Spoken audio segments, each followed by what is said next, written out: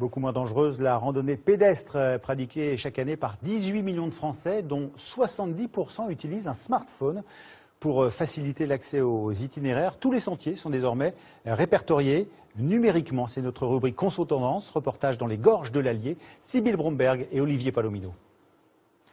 Allez, sentier en terre. Une tablette tactile dans une main, un GPS dans l'autre. Brice Arnaud note toutes les caractéristiques de ce nouveau chemin de randonnée. Sentier étroit qui serpente à mon entrée en forêt. Des indications répertoriées sur la tablette, le GPS pour tracer la route. Brice Arnaud travaille pour la Fédération française de randonnée. Toute l'année, il collecte des données pour renseigner les marcheurs. Alors là, j'enregistre les coordonnées en fait de l'église de Chillac. C'est-à-dire que je prends un point ici, géolocalisé, qui me permettra de retrouver après au bureau sur mes logiciels les coordonnées exactes de l'église. Sur l'ordinateur, le chemin parcouru par le GPS. Brice Arnaud corrige la trace si nécessaire.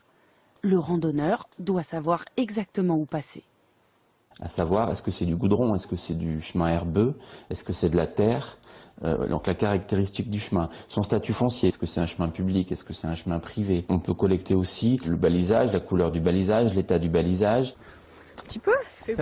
Et ce balisage aussi doit être vérifié. Ici, pas d'outils numériques, des autocollants, de la peinture. Les baliseurs, eux, travaillent à l'ancienne, mais ce marquage est nécessaire. Ça rassure déjà, ça confirme qu'on est sur le bon chemin. Si on ne les trouve plus, c'est qu'il y a un problème. Et puis il y a les indications de direction surtout, qui sont importantes. La nouveauté cette année, une application sur les gorges de l'Allier qui réunit toutes les indications collectées. Un tracé rouge et blanc, à ne pas confondre avec... Jaune et rouge, c'est quoi? Cette mère de famille a préparé toute sa randonnée avec son portable. Ce qui est important, c'est la carte, déjà au départ la cartographie, savoir un petit peu les différentes étapes, les points où on veut aller, les centres d'intérêt, et ça c'est vrai que c'est bien repéré, les lieux d'hébergement, les lieux de restauration, et ça on a dans l'application, tout est détaillé. Ces 4 amies randonnent sur un tronçon du chemin de Saint-Jacques-de-Compostelle. Elles aussi sont connectées. Martine, c'est ça? Arrivées au gîte d'étape. Si vous avez envie de vous brancher sur la Wi-Fi, vous avez... Premier réflexe, vérifier la connexion Wi-Fi et recharger son portable.